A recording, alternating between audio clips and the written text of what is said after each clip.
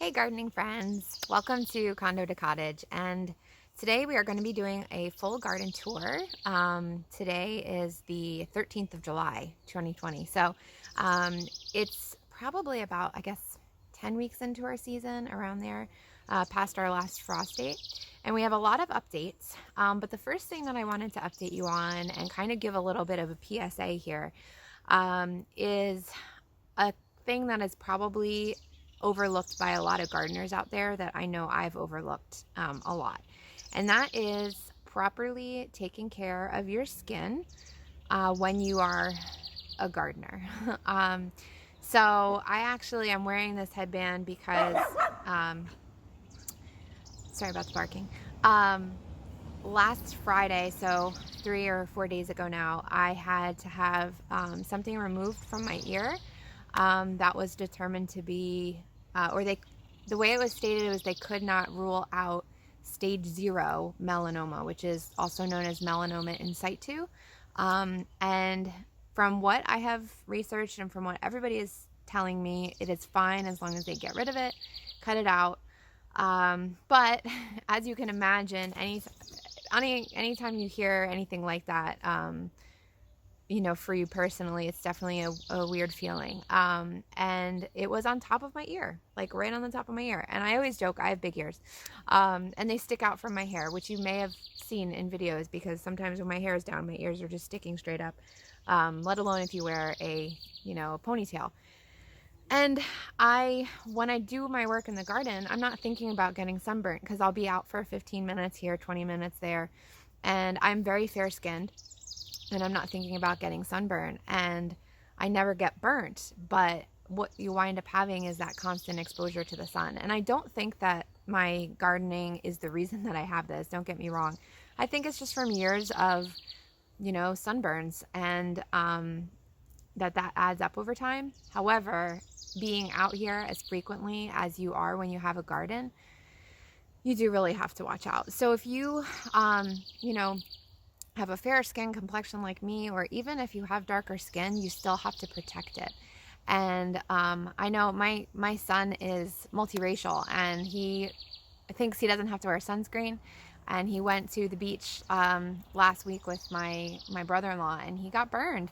And he's light skinned, so it's going to be more common for him. But I'm like, you gotta wear sunscreen. So I just wanted to share that little piece with anybody that's watching, because make sure you're putting sunscreen on. I use just now like one of those daily lotions. It's not even, I'll put a link, it's an Aveeno product, and it's daily moisture, but it's got SPF in it. And I just put that on. I literally have it by my door so that I remember before I go outside to put it on. And don't forget the tops of your ears, because I feel like that's a spot that, and this hurts. I can't believe it's a spot that a lot of people forget, like the top of the ears. Who thinks about that? So moms are who think of that. So anyway, just a little PSA: wear your sunscreen. So why don't we get started looking around this garden here? We have had some crazy rainy storms that came through this past week. Definitely let up on that drought that we were going through a little bit. We just had no rain for a while, and there would be little spurts, and I wasn't sure if I should water, and then I wouldn't, and then we wouldn't get enough rain. So it was tricky there for a little while. But this last week we definitely got more rain, and some of those rainstorms were big. I don't know about you guys, but when I'm in the garden, my dog, he can't handle that I'm not directly next to him. Come on, Ted. It's okay, pup. Both of them are now in here. Okay, now that they're in here, they're happy. But yeah, we had a lot of rainstorms, and with that was a lot of wind. We had a few days where I was like, okay, I'm going to go out to that garden, and my tomato plants are going to be completely falling over. They actually survived, because I think now they're so big that there's a lot of other plants around them that are holding them up beyond the stakes and the trellises. So let's take a look at what we got going on today in the garden. Remember last week how I had like a kale patch here? Yeah, that's like pretty much totally gone. These tomatoes are the ones that have just willed themselves to grow, and my kale is actually down there. But let's see, I think I do have some some buggies in here. I didn't find any earlier, and I don't find any on there now, but they've got evidence of it. So I did something so stupid yesterday. You're gonna see some white on the leaves. I used this product for insect dusting. Let me show you. And I've used it before. I really did like it. It says for organic gardening.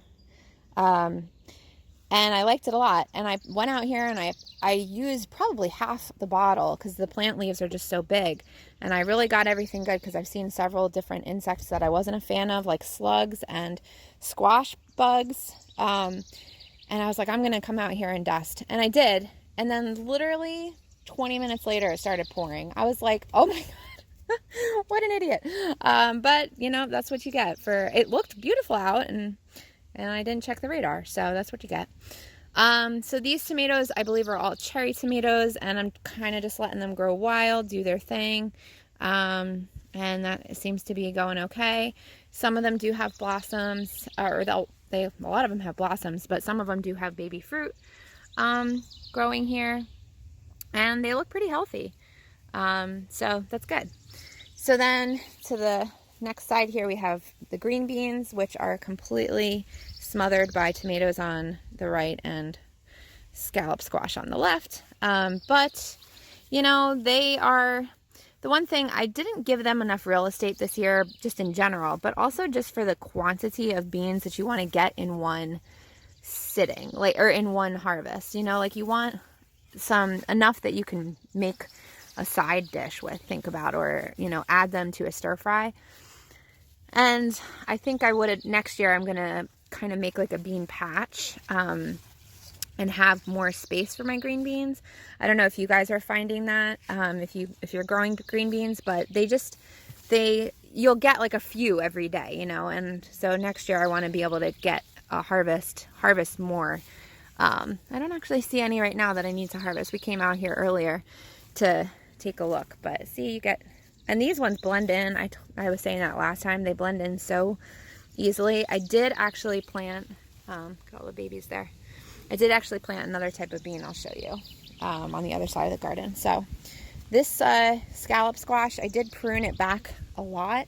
You can't really tell, but I did prune it on the bottoms a bit. Some of the leaves are falling back down though. But we've got some great scallop squash coming in. And I did actually get one off of here. Let me show you that.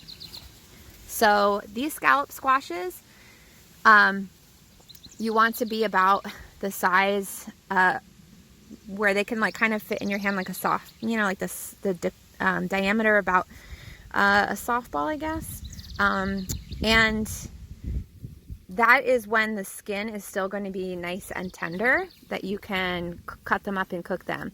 So I just picked my first one, so I'm going to try and cook with it today, tonight or tomorrow actually. But we have a bunch of other babies on here that seem to be doing well. See over there? We've got some on the other side too. So the biggest problem I've had with the zucchini plant is, I'm going to put this picture up here. I've had a lot of blossoms falling off of it, and I don't know why.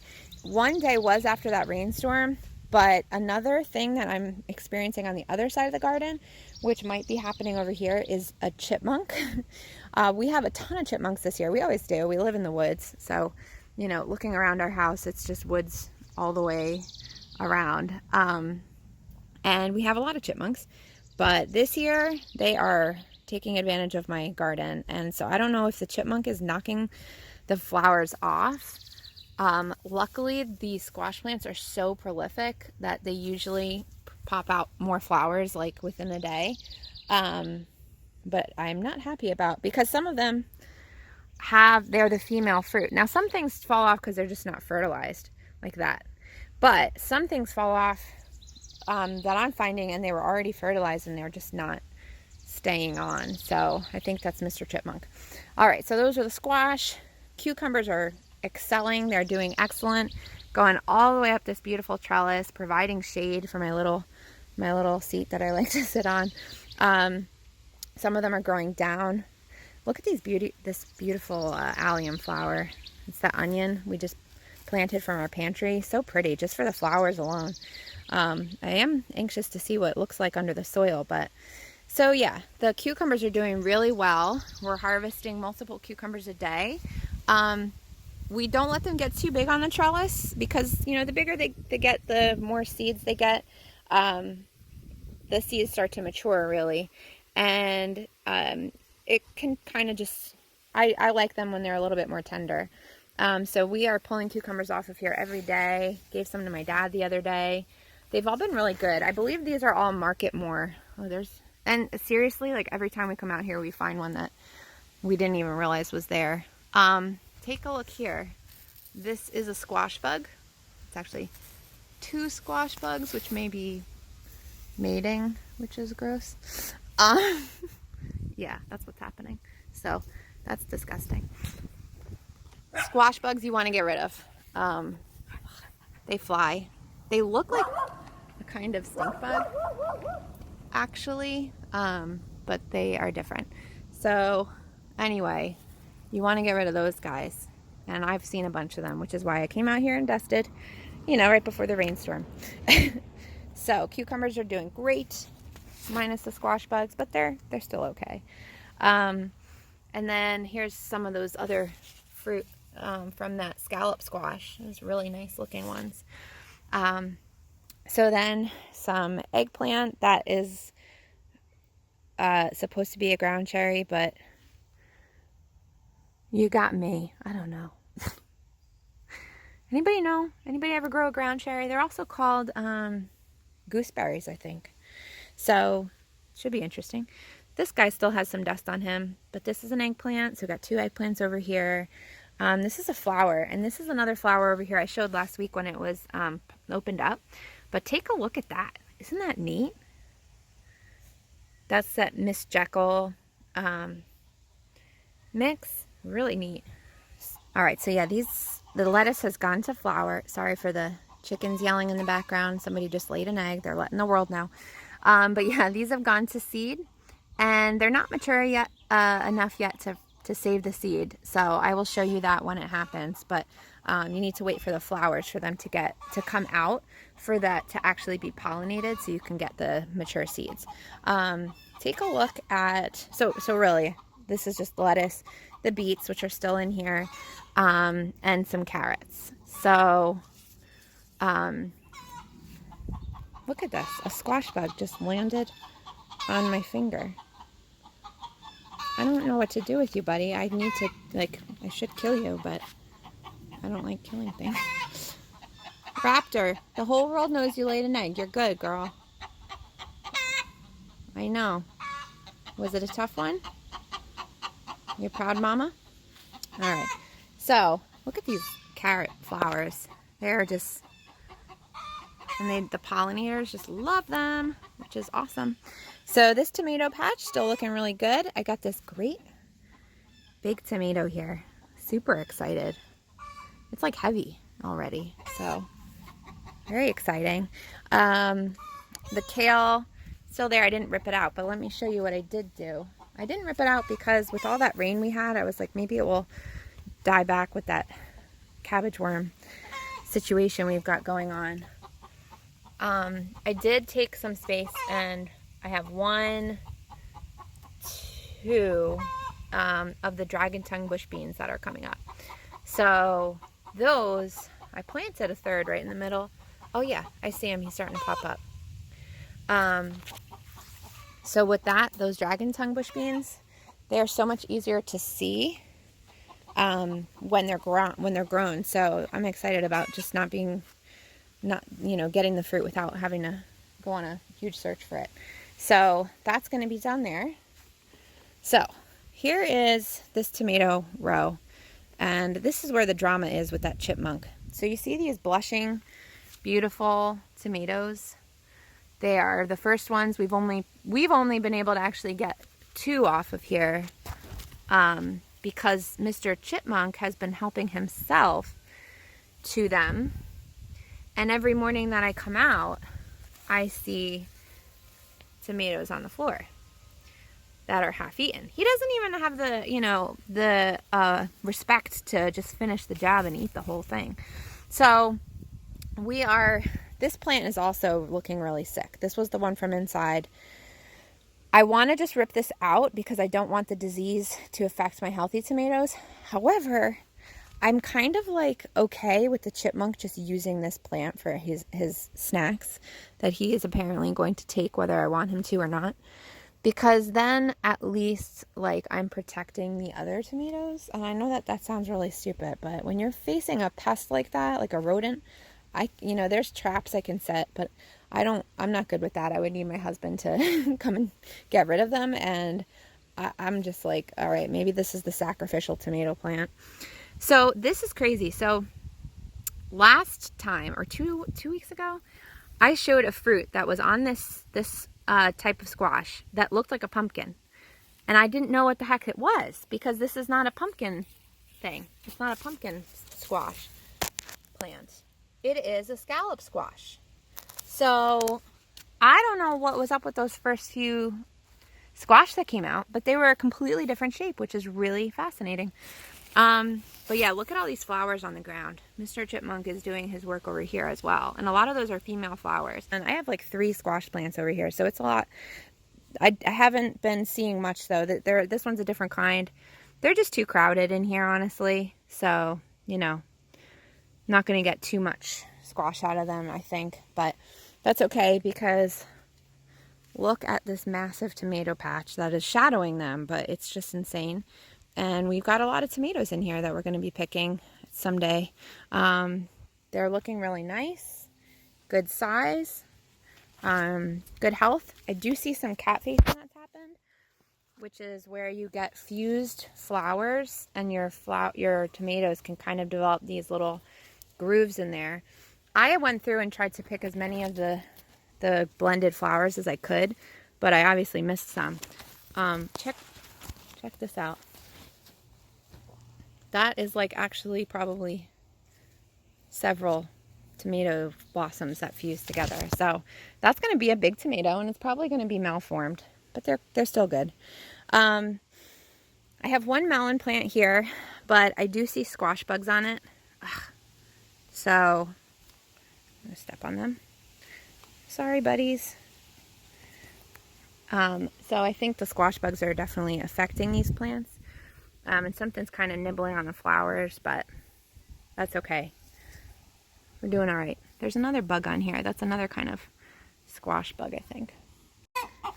And another one laid an egg, telling the whole world.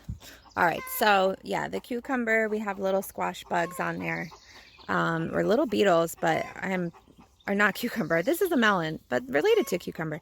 I just want one melon out of here, you guys. It's so exciting when you come out here and you see bees pollinating your flowers and you're like, yes, become a melon. But I see that little guy. I think that's another type of squash beetle. I'm not sure. I have to look that up. But I do see like the tiniest little tiny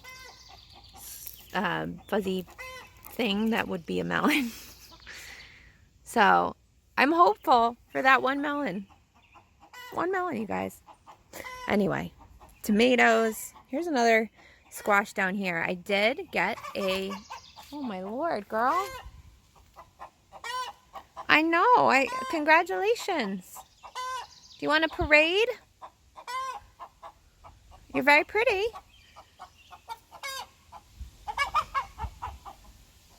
Goodness. Okay then. Anywho. Somebody wanted to be on camera. We did get a nice squash, Ronde Denise squash off of here. Let me show you that.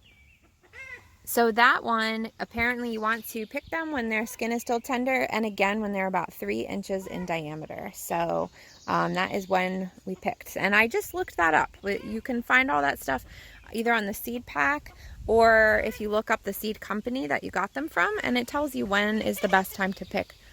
Oh my lord, that chicken. There's just a whole bunch of chatter today. So yeah, look up the seed company to find out more information about that particular variety. So tomatoes here are looking good. I did try and prune them back and tie more up, because right behind them, they're kind of encroaching and falling on a squash and some eggplant. Now the eggplant has flowered. I think pretty much all of them have flowered. Yeah, see, like right here, this poor eggplant has a squash and tomatoes encroaching. And over here, there is a baby eggplant, so that's exciting. But I do really have to watch, because I'll show you in a second, but this whole area, this tomato patch, is like pushing that whole net out. So I need to make sure that the chickens can't get up through the little net over there and come up and steal my produce here. I'm also worried about that chipmunk, because I mean, eggplant, they'll go after really anything, I believe.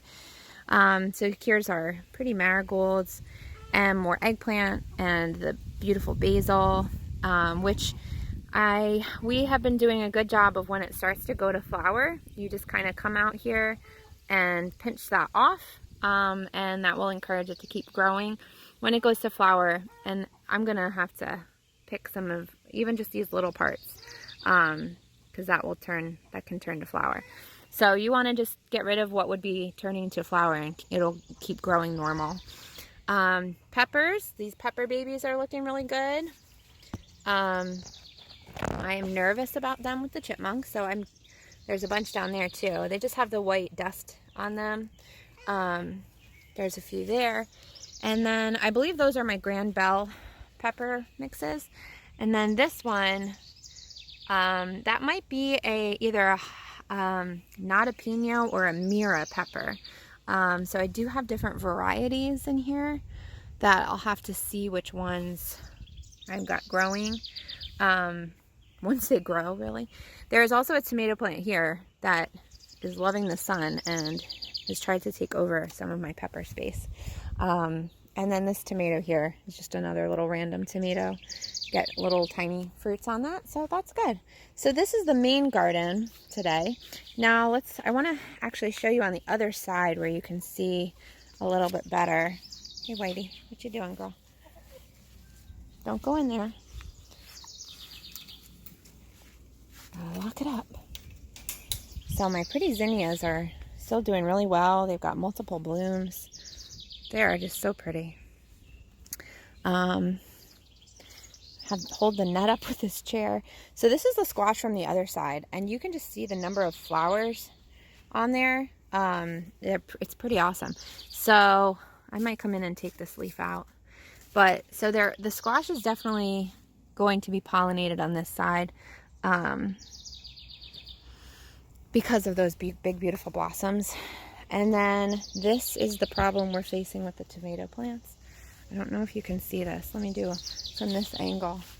Like, they're just completely crashing down the net, but hopefully it's gonna just keep them upright. You know, it's another thing to keep the tomatoes from falling down, I guess, at this point. That's a nice big tomato.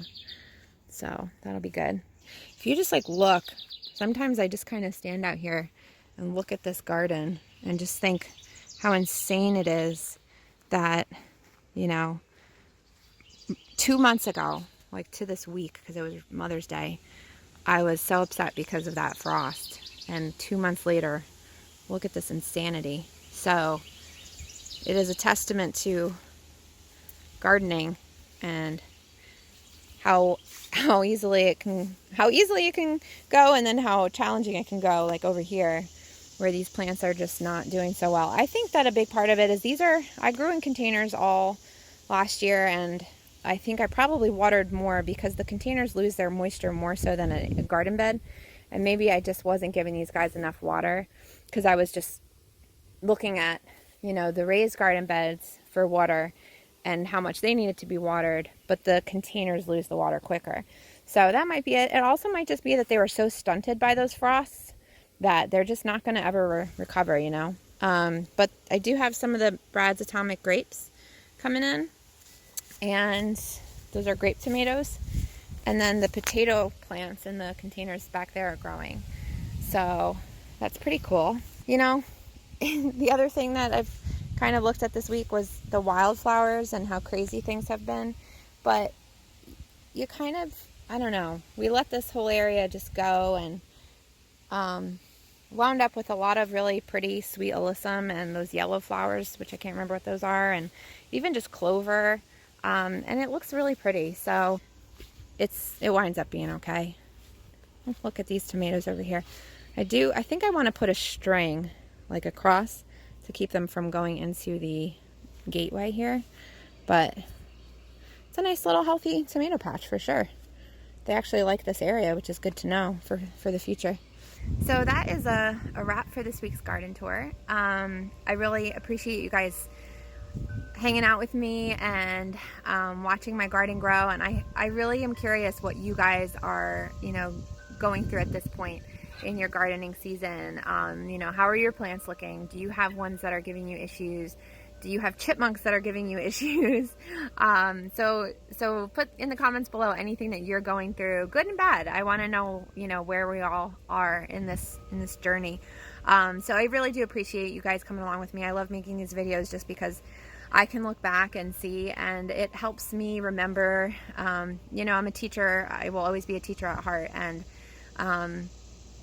when I learn something, I learn it even better when I teach it. So for me, learning all these tips and tricks of things in the garden helps me remember them better when I teach you guys about it.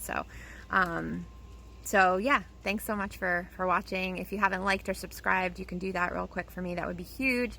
And thanks so much, guys. Wear your sunscreen and have a great day.